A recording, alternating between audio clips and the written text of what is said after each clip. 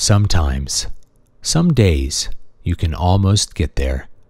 You can just see it, like it's on the edge of your periphery, with its blending of slanted light among bright, endless colors.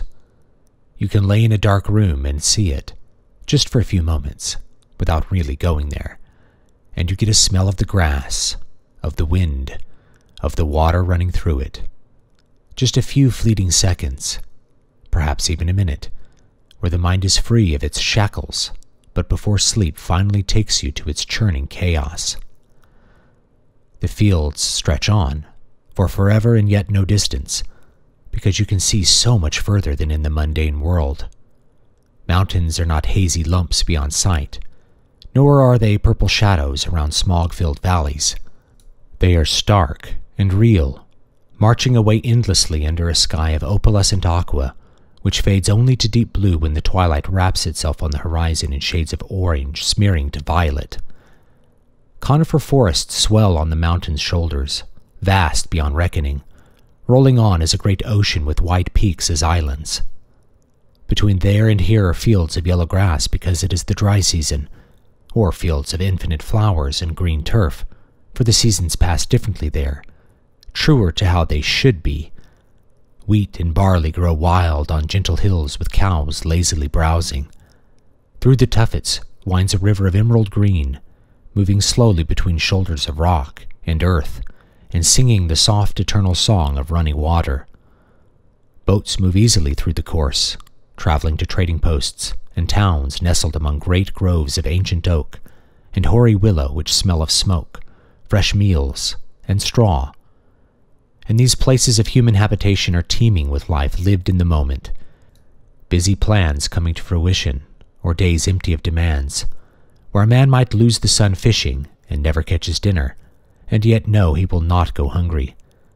That same man might walk home slowly, alone or with a fellow from nearby who likewise felt the pull of the cool shade and sighing water under the slightly too warm sun, and find a dropped antler from some nomadic buck who, having passed the rut and through to the other side of the season of struggle, abandoned his sole weapons only to work on new ones. This antler, smooth and formed of perfect, graceful curves, nevertheless has the bumps and gnarls of a living thing.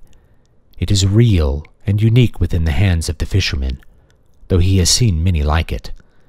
His sole regret is that its mate is lost somewhere, but the fisherman only needs the one, which his wife will shape into a new handle for her cutlery, or else some small bauble of a sculpture to be given away to someone who will be pleased by it.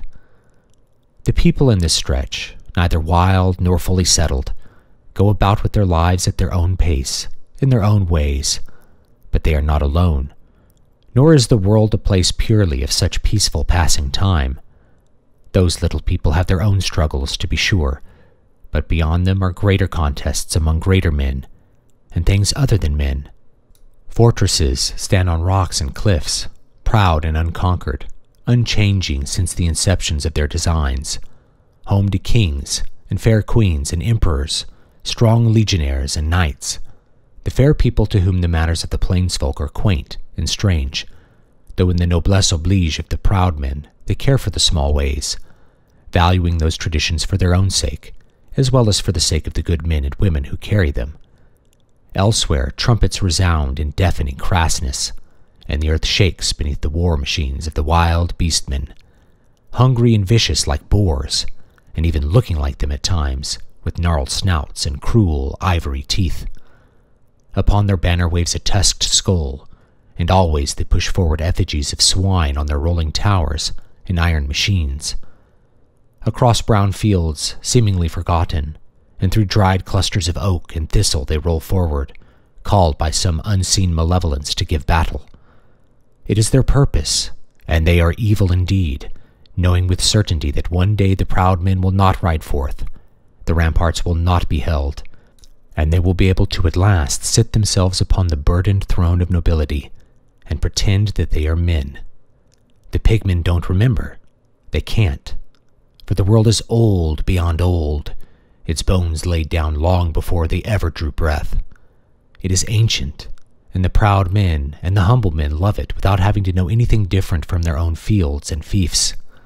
Struggle and tranquility, beauty and purpose all exist there, pushing them to fight once again, to stay the day of doom that it might never come.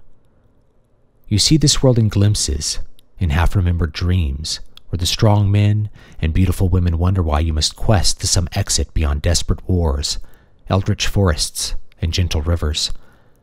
Why you must give up the smells of cracked bread, open flowers, and smoking citrus fires. Why must you deny yourself the taste of fresh fruit from an uncorrupted earth, or the feeling of rest after final victory? They question why you must return to a place of half-light and fleeting, fading love, a place of struggle without tranquility, of beauty only in contrast with ugliness, and no purpose to either. Back to the fallen world, and as the vision darkens, as the scent of cool perfume on a light breeze fades away, as you forget the touch of bark under your fingers more than some mundane tree, you wonder if you created this world, or if it created you, and to which world you belong. But these questions are soon sidelined, because that other place can only be held for a little while, and then it must give way to the mundane, and you forget it for a time, only for it all to come back in a flash of insight when you return to that liminal space, the in-between of here and fey-tinged chaos.